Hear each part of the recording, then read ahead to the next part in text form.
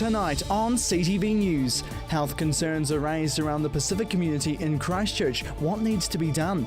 A smoke-free New Zealand, where are we with only 10 years to go? And we talk New Brighton and its future. Broadcasting across Canterbury, from the CTV studio, this is First at 5. Kia ora, good evening. The statistics aren't encouraging. There are still more smokers than Smokefree New Zealand had hoped for by 2015. But it's not too late to find the right solution, and a Canterbury doctor says he has the answer. There's just under 10 years until the government wants Canterbury and the rest of New Zealand to become smoke-free.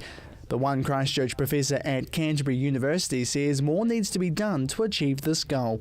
The Smokefree 2025 campaign was launched back in March 2011 with a goal to have the number of smokers reduced to less than 5%. There's a lot that can be done, and if people ask what can be done, I would say they should ask government what they're going to do in the coming budget.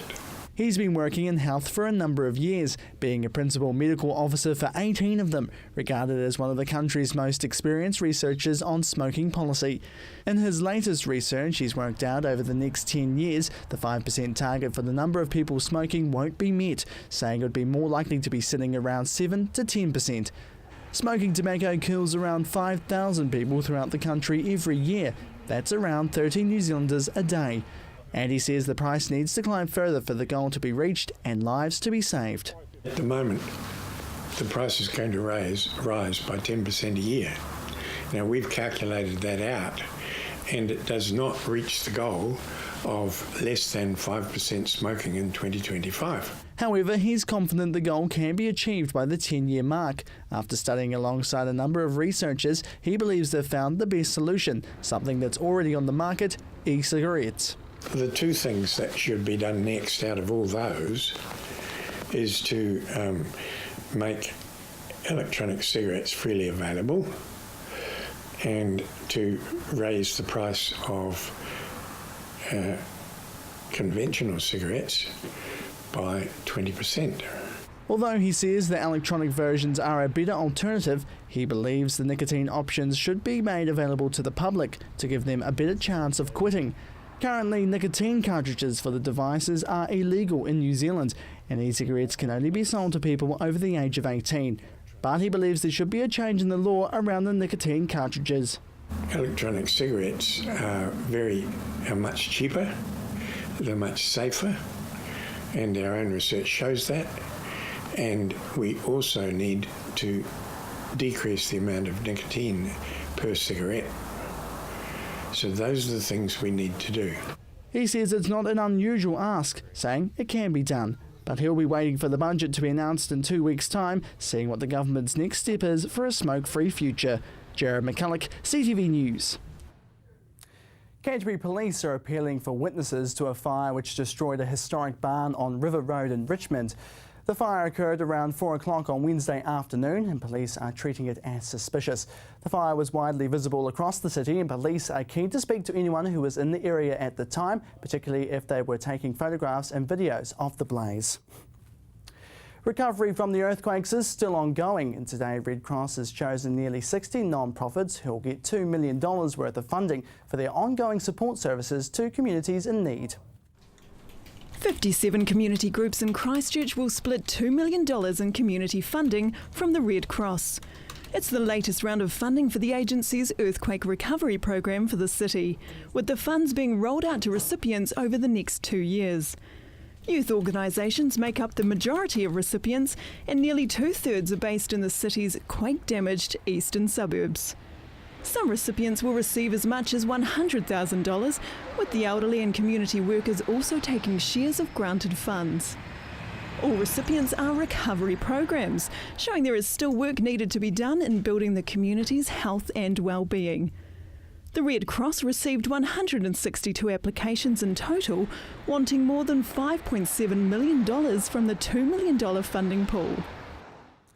Well, it could be called Big Bus Brother. Big Bus Brother. There we go. A Christchurch bus company has installed a new system which watches its drivers' performance like a hawk, and so far it's saving the company money. Redbus says its accident rate has fallen by 40% thanks to a new technology that monitors driver performance. They say since implementing the new telematics system and driver training late last year, the business expects to be 10% more efficient with fuel, repair and maintenance costs. The system also monitors driver performance, with dashboards showing different signals to indicate whether a driver is good, needs to improve or is poor. They are notified of speeding, braking harshly, taking corners too quickly, revving the engine too hard and leaving the engine idling for too long. The system automatically records complaints and road incidents, and Redbus says all this allows a more comfortable ride for passengers. So far, a third of Redbus drivers have been trained with the new system. A Christchurch doctor is calling for more funding and support for Pacific Island families. Many of them at his clinic have complex health issues and they need extra support. Here's Marcus Gibbs. The Atonios are your typical Pacific Island family. Their 4-bedroom house is home to 7 people, 5 children and their 2 parents. And at times it can be a very busy place. Still noisy, yeah, but on the time, the school time, still quiet. Pacific Islanders traditionally have big families, and many are on low incomes, which means more people are sharing a home than the house was designed for. We're always worried when we get near winter. There's not enough houses that can cater for the size of our families. So that's probably the main area of concern for us. The doctors at Pacific Trust Canterbury are seeing many families with overcrowding at home. Overcrowding encourages the spread of diseases like meningococcal, tuberculosis and various skin infections. Sickness spreads easily through a big family. You know, if you've got like 6 or more children who are between the ages of 6 to 18, you know, when winter comes and they're quite sick and you need to see the doctor, that costs a lot of money, especially when you're on low income. But with this service here, that caters for those types of families because it's free for those kids. To counter this problem, a Pacific primary health facility has officially reopened in the CBD following major earthquake damage to the original building. The doctors and nurses are able to treat families suffering from the effects of overcrowding. Amazing day. We've been waiting for this for the last 4 years. The clinic is run by Pacific Trust Canterbury, the South Island's largest provider of Pacific primary health, social and community wraparound services. A lot of our patients don't just come for GP services, but there are other raft of needs that they have that we have to look after. One of the Trust's doctors is now calling for the government to provide further funding to be locked in to help at-risk Pacifica families. This place is a very low-cost access practice, a VLCA, and that is heavily government funded, and we need that funding to be maintained, to be across successive governments. And for there to be that political will to support a growing sector of the community that is really struggling. There are around 10,000 Pacifica families living in Christchurch, and as the rebuild continues, Tony's forecasting up to 2,000 extra families moving here for work within the next 2 years. They've got large families and they will bring their families, so that's what we've got to be ready for. The Atonios are grateful to have access to the clinic. It helps by providing transport and an interpreter to make sure the family gets the help they need. Yeah, it's amazing. I love them. Pacific Trust Canterbury runs on a budget of $4 to $5 million a year. 3 doctors and 3 nurses work at the new centre, and it's a busy place. Because our patients will turn up with everybody, you know.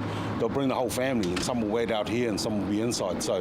But that's the Pacific way in which the family sticks together. Before the earthquakes brought down the Worcester Street building, this clinic was seeing around 2,500 clients a year. The new building will cater for up to 5,000 patients and allows Pacific Trust Canterbury to serve a growing population with complex needs. They've got diabetes, obesity problems, health problems, mental health problems. There's also cases of domestic violence. With the capacity to help thousands of families a year, this trust is confident they'll meet the demands of the city as the Pacifica population grows in Christchurch. Marcus Gibbs, CTV News. Well, still to come here on CTV News, Christchurch City Councillor David East joins me after the break.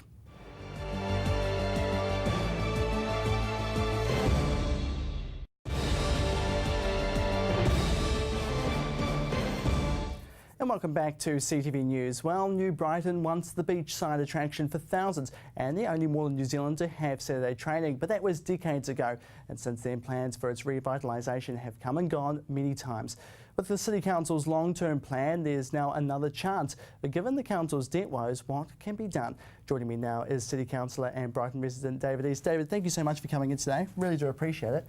Let's start with the pier. That's the latest thing at the moment. The council has admitted it would cost around $18 million to replace. That's almost 4 times as much as it was back in 1997 when it was built. What's your view on that? Well, I think we've moved along a long way from there. Obviously, building costs have increased a long way. I think my comment the other day was more that I was a little surprised that it was going to cost $8 million to repair something that cost $4 million. But having said that, I think I've heard a wee bit more of the technicalities of the damage and can understand where it's sitting at the moment.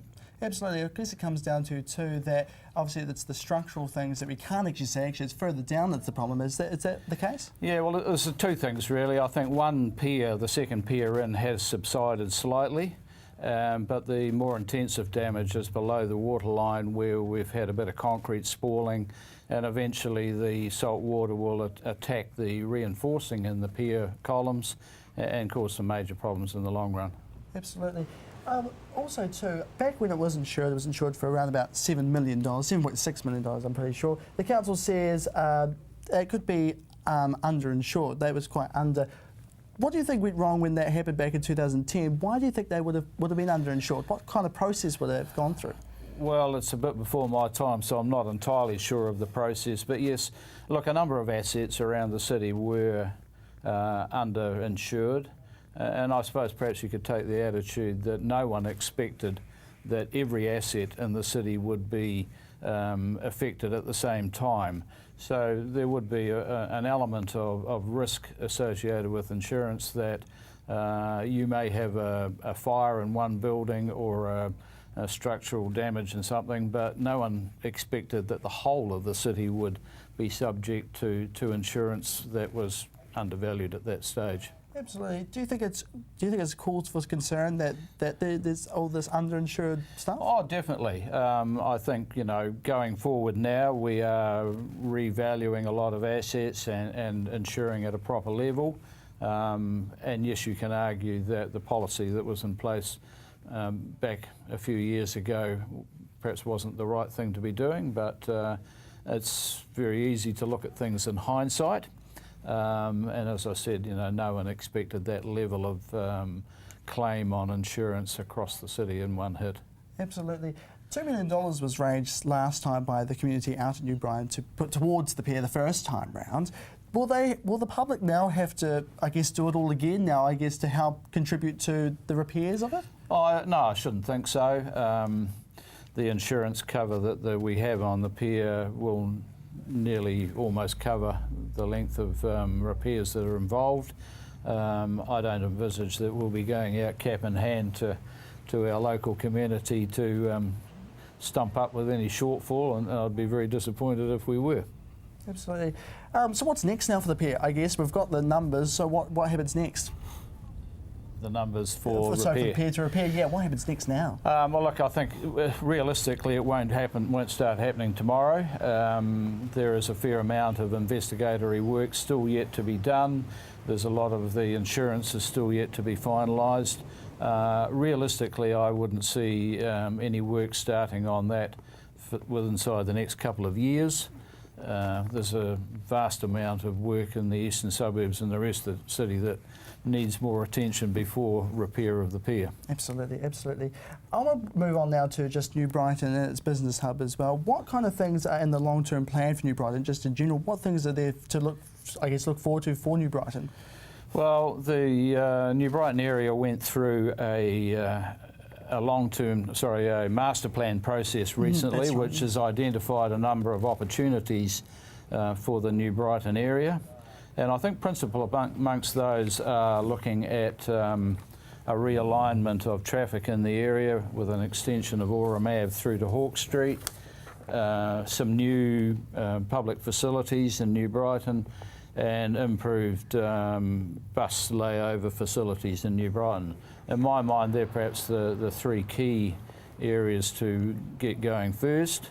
There are other peripheral things such as levels of service around cleaning, rubbish tins and those sort of things that need to be addressed sooner rather than later. Yeah, do you get concerned that, like, when I've been out there, it's quite concerned, like you can see that it's quite quiet out there. Are you concerned by that?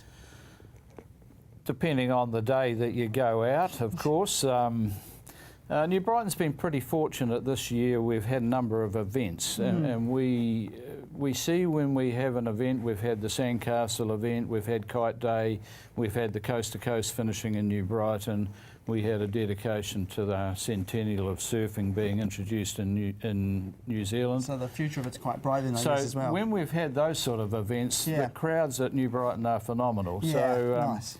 We just need to work on events, work on upskilling our retail precinct, and a number of things like that. And there's a distinct future ahead for New Brighton. That's all we have time for tonight. Thank you so much for coming on. That is Christchurch City Councillor David East.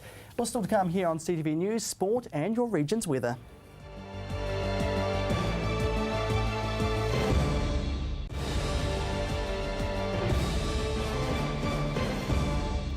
And welcome back to CTV News. Now here's Gordon Finlater with the preview of the weekend sport.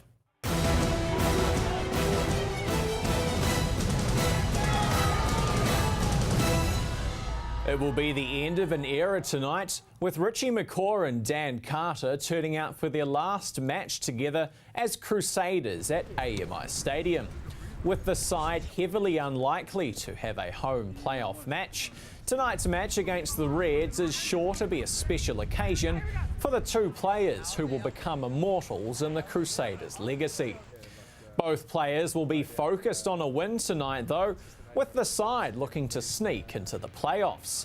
After recovering from a head knock, McCaw will return from the bench tonight, while the other change of note in tonight's side is the return of Dominic Bird.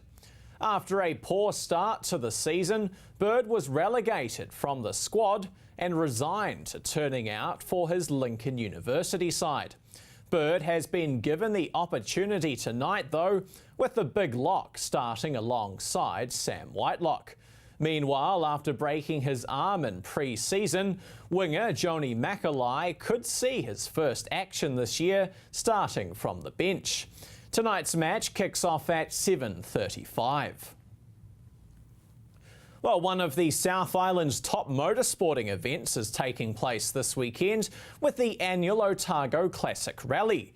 The event is also the second round of this year's National Rally Championship, headlined by the United States YouTube sensation Ken Block, who took out the season's opening round in Whangarei. Rangiora's Matt Summerfield will be looking for another strong finish after a podium spot in round one, while the rally also has an impressive field for this year's classic event, with both a current and a former World Rally Championship driver set to battle it out in Ford Escorts. Hyundai World Rally Team driver Hayden Paddon will be the first classic on the road, with Alistair McRae, who also drove for Hyundai in the WRC in the early 2000s, second on the road and looking to win the event he looked all but set to win back in 2009 before mechanical problems. The Canterbury Rams are on the road with two games starting tonight against Wellington before travelling south to take on the Southland Sharks on Saturday. The Rams took on tonight's opposition, the Wellington Saints, in round one, with the Saints coming out resounding winners 120-91. Rams co-captain Marcus Whippy is confident though that with the right effort his side can get the result. It all starts on defense. I think if we pick up the intensity and just not let them run over us like last game. I think we know we have a great team, great boys. We just need to be able to play with more heart and keep that intensity going. And it's, the road trips are pretty hard, so this game is very important to us. We need to get these wins in order to make the playoffs. So I think the boys are ready.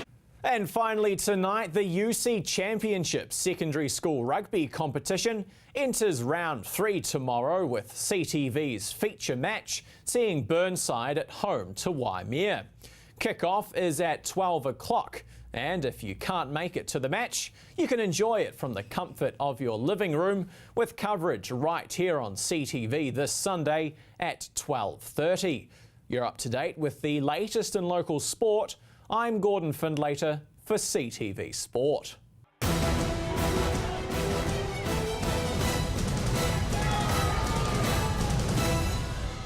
Thanks, Gordon. Now it's time for the region's weather. Good evening, Canterbury. Let's start with today's temperatures. Down in Timaru, you had a high of 22 today. Temuka and Geraldine, you were also both on 22 degrees. It was slightly cooler in Methven and Ashburton, who were both on 23. It was slightly warmer in Methven and Ashburton, who were both on 23. Rakaya, 23 degrees. Darfield, 23 for you. Lincoln, Leeston and Rolleston, 25 degrees. Over in Akaroa, you had a high of 25. And Christchurch, 24 for you. Rangiora, Kaipoi and Amberley were all on 24 degrees. I wait for an indication. Taking a look inland now, Culverden, Hamner Springs and Cheviot, 24 degrees for your Friday. Kaikoura, 24 for you as well. Now to tomorrow's temperatures. Timaru, another fine mild day for your Saturday, with northwesterlies developing again and some high cloud. Tonight's low 8, tomorrow's high 20 degrees. But the only way I know takes so. Ashburton, some high cloud developing, but otherwise sunny and mild with northwesterlies freshening. Tonight's low 5, tomorrow's high 21.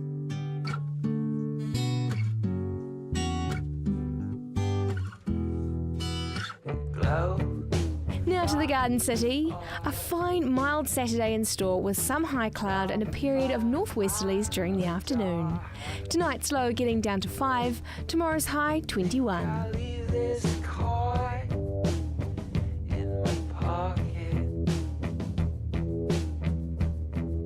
Kaikoura, mild northwesterlies developing amid plenty of sunshine.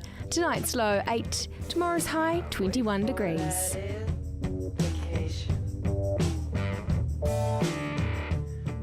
Other areas around the region now expect a cool but fine day. Temuka and Geraldine, fine with some cloud with a high of 21 degrees. Methven and Rakaya, you can also expect 21. Darfield, some cloud with 21 degrees for you. Leeston and Rolleston, 21 as well. Lincoln, fine becoming cloudy with a high of 21.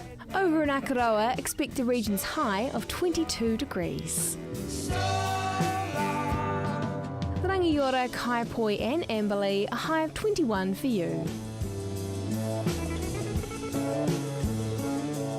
Up north in Culverden, Hamner Springs and Cheviot, 20 degrees for your Saturday. Now looking ahead for Canterbury, fine and mild on Sunday too, with high cloud increasing during the day and light variable winds. Fine on Monday with high cloud and freshening northerly winds, still mild. A colder southwest change is expected on Tuesday with a period of showers. Mostly fine on Wednesday with sunny periods and high cloud, moderate westerly winds. Another change is expected with more showers and cold southwesterlies developing on Thursday. And that's your weather update for Friday. And that's CTV News for Friday. Thanks so much for joining us. I'm Jared McCulloch. Good evening.